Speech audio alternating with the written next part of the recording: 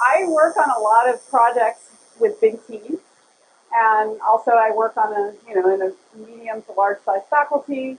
So I find myself in a lot of meetings, and a lot of other things where getting people to listen to me is central to the work that I do. And so this talk is inspired a little bit by that, and you'll see that it's mostly focused on verbal communication, not focused on written communication. This is going to be more verbal and ad hoc impromptu communication. Okay, so early history. My mother was a math and computer literacy teacher. My father was a journalist, and so I've kind of combined their talents into being an academic. So I've had a little bit of the sort of left brain and right brain going on as I was growing up. My undergrad years, I didn't really know what I wanted to be, what I wanted to do. Like many people who go to college, I took an aptitude test in high school that said I could either be a computer scientist or an accountant. And so I actually tried to pursue both of those for a while. And my great vision was, okay, I can do this computer science stuff, but these people are kind of weird. Not because the people around me were weird, but I had this stereotype that computer scientists were weird. And I was going to be an engineering manager, and I was going to manage them. And so that was my vision. I actually applied and got into business school as a 3-2 undergrad grad student. But at the same time I was deciding on that, I took an algorithms course from Penn Kennedy, and I decided I really love computer science, and that's what I decided to stick with. I was going to get a master's degree because I found the jobs coming out of undergrad weren't that interesting, but something else happened along the way. So my mentors were my PhD advisor, Penn Kennedy, also Steve Cooper and Linda Torkson. I tried to find pictures from the time that I worked with them. And I got a PhD from Rice. I also spent 2.5 years at Stanford. I worked with John Hennessy, who is now the president of Stanford, but this was long ago, and he wasn't. And with Monica Lamb, who you heard about earlier today. And so more career. This is for the next panel, but I spent some time in non-tenure track research positions. I've been a professor at University of Utah for the last 8 years. Okay, and then I have 2 daughters, 19 and 15, both doing STEM things for the moment. My oldest daughter is going to be a junior at Rice studying computer science, and my youngest is doing a MECI internship. She's in high school. She builds robots, as you can see from this picture. We are heavily into robots at our house, and this is my husband and I and our robot team. So we've been very engaged in the first robotics program. Okay, so first point I want to make is that communication and confidence are interrelated. And you've seen some of this in some of the other talks. So how many people have heard of the imposter syndrome? Everybody feels like an imposter at some point, okay? And even, all of these old people that are giving talks to you feel like imposters, even at this point in their career. So this is the idea that you think everybody knows a lot more than you do. In fact, particularly once you get a PhD, there are things you know that no one in the entire world knows besides you. And so it is clear that you know something that other people don't know, and you know some things that overlap with what other people know. How many people have seen the Dunning-Kruger effect before? I've actually seen it, but not in this context. When it talks about people getting excited about technology. The key idea here is if you know nothing and you know nothing, then you won't be confident. But if you know a little bit, you may get really excited, like, I understand all of this, and you may be here in this peak of Mount Stupid. And then you realize what you don't know, and then you fall into the trough of despair, and then over time you get on this steady state where your knowledge grows and your confidence grows. Okay? And so we all know people we've all encountered people who are in various parts of this curve. And so I think that's a lot of why people feel uncomfortable speaking out, because they maybe just don't have the confidence because they're somewhere on this curve. Okay. All right. So I'm going to talk through a couple of brainstorming sessions a couple of scenarios to try to tell you, just some advice on how you might handle a situation like this. Okay, so this is some sort of brainstorming. Okay, and I tried to find gender and racial neutral characters here. And so here we have somebody who's really excited, and they're talking, and they're just going on and on and on. And maybe they're at the peak of not stupid. Maybe they're actually confident that they're just verbose. Then somebody interrupts because they're getting frustrated and they say, "That's a terrible idea. We'll never." Okay, this is awful to shut somebody down like that in a negative way, right? It's not necessarily a bad thing to stop somebody from going on and on and on, but you have to find positive things to do. Okay, and here's this person over on the right who has an idea and they just don't know how to interact in this context. And I can tell you I've been this person on the right a lot because I think that there is, at least maybe in this field, maybe it's about being in a male-dominated field, that there's just this kind of interaction that's very aggressive, and people are excited, and they're exchanging ideas, and there's interruption, and there's people talking over each other. Really uncomfortable for me. And so I find it very hard when I find myself in a situation like this. I just don't know how to get my point across. Okay? And then I also am this person a lot. I'm running the meeting. And I see all this stuff going on, and I think, oh my gosh, I've got to get this meeting under control. Okay, so this person tries to say something to deal with the situation, and it's just saying something positive for green, who's just been shut down in a terrible way, and then asks red, "What do you think?" Okay, because the person realizes that red wants to say something and asks for their opinion.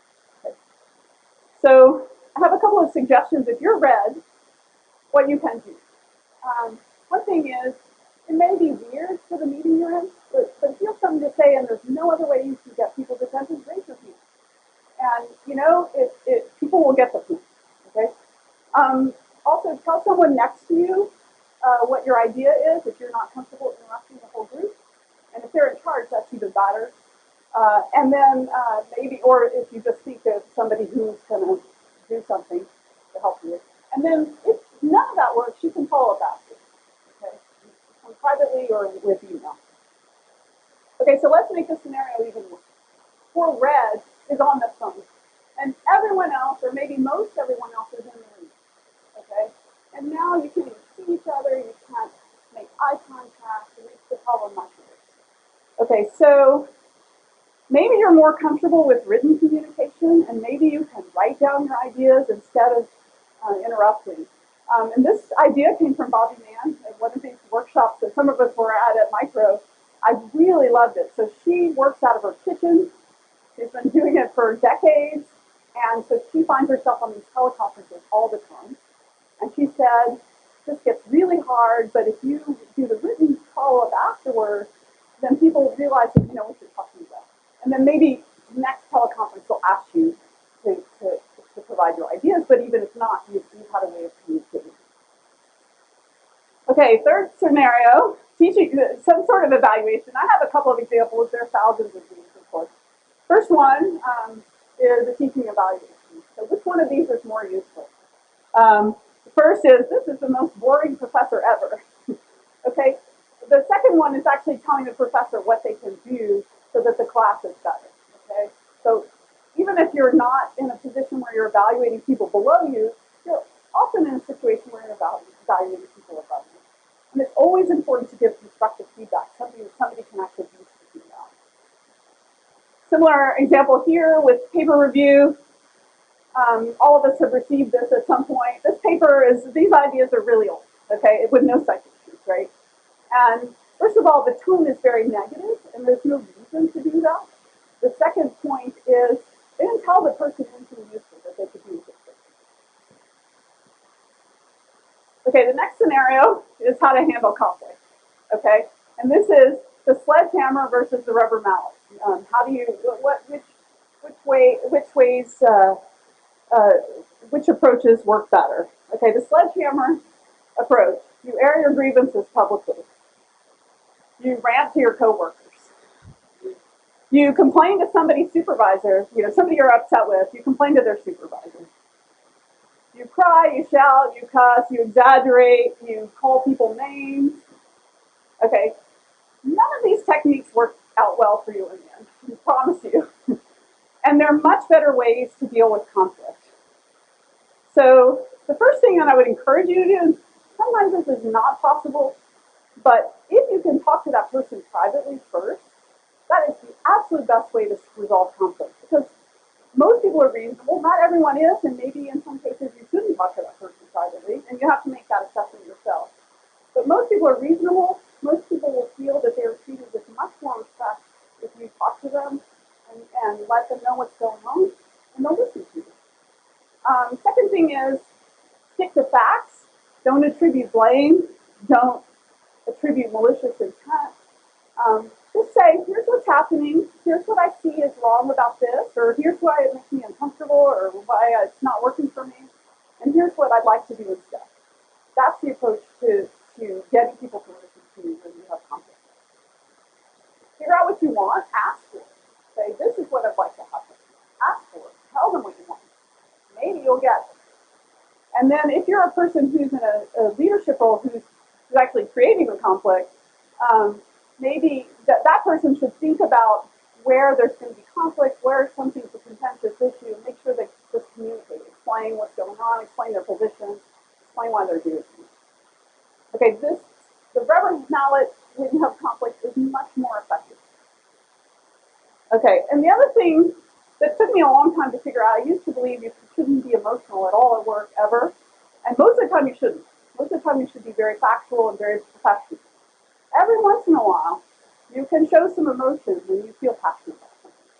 If you do it all the time, then people are like, oh, that person's always complaining, or they're always ranting, or they're always upset, or whatever. Then it has no impact. But if you show that you feel passionate about something every once in a while, maybe that will have some impact. Okay, and then the last slide, since I'm on the stop sign, couple of pieces of advice. You need to find your own way to communicate. That's kind of the theme of all of these slides. What works for you, and you don't have to be like everyone else. And that's particularly true. That was something that took me a long time. I used to try to be like everyone else, and then I figured out I'll just be me, and it works a lot better. Next thing is, when you are afraid to talk about things where you're very confident or that are on the edge of things you're confident about. And I took this quote from one of my favorite fictional characters, Elizabeth Bennet, saying, we don't want to speak unless we can say something that will amaze the room. And I mean, I don't know that the things I say amaze the room, but I actually try very hard to think about something that no one else is saying, because it's kind of uncomfortable for me to say stuff sometimes. Most people who know me will find this amazing.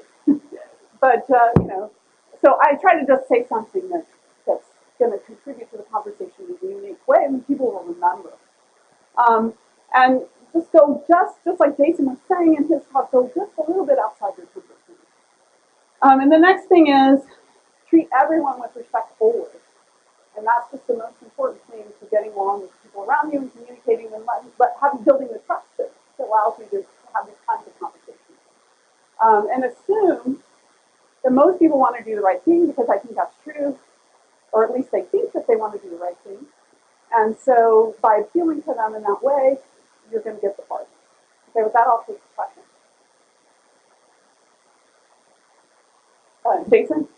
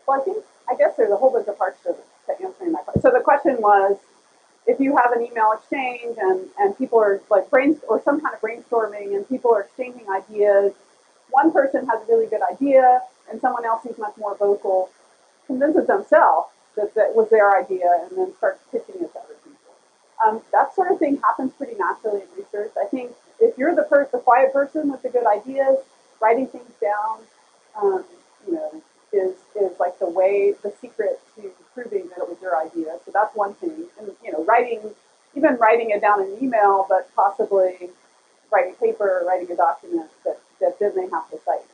Um, but it is true that someone will have a really good idea in the research community, and then someone else who can write better will pick that idea up, right, and then go with it, and not necessarily use the idea directly, because and it's not malicious really, but and then they'll get credit for that idea, but by the community. And so I don't know, other than to say, learn how to write because that's your biggest defense against something like that. Yeah. I think if you see it happening, you should say, "Well, wasn't so and so the one who said that?" You should call if you see it. If it's happening to you, depends on how confident you are. If you can say, "Well, I remember saying that," at the beginning of the meeting before you said it, or if you're not that confident, maybe you get someone else to say it. Question.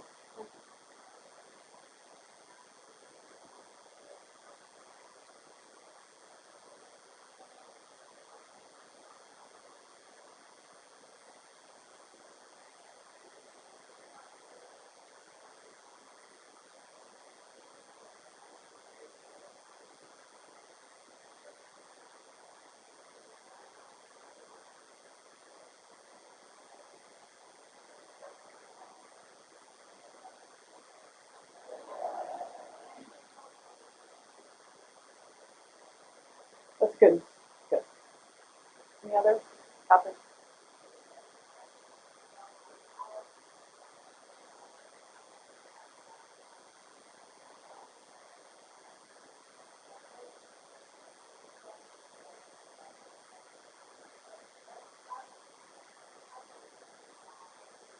So you're saying, you mean if your advisor tells you to work on something that you don't want to work on?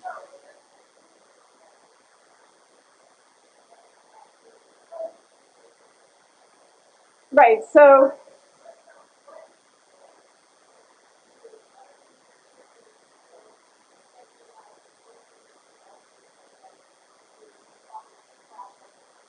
right. So I think if your advisor has an idea and you're not sure about it, you know, hopefully you have the kind of relationship with your advisor where you can ask them, like, I'm not sure about this, and here's why. And if that doesn't work, then you may have to go off and think a little bit about how do I convince the advisor of my view. Sometimes the advisor's right. I think that it's a lot of times the advisor's right. Sometimes the advisor's not right. And sometimes you're in this middle ground where the advisor has an idea and you have a different idea or something. And then it's actually makes more sense for you to follow like what you believe in. But keep in mind that your advisor has a whole lot more experience than you do and may actually be giving you good advice. At least that's a possibility that you should consider.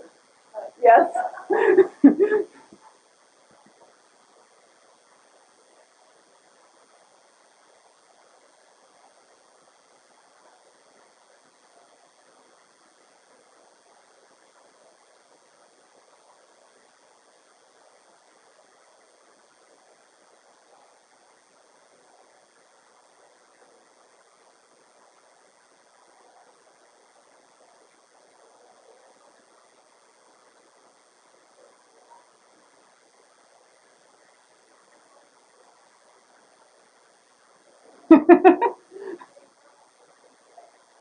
If you can put them side by side, that's also an interesting strategy, and will then serve to convince the advisor.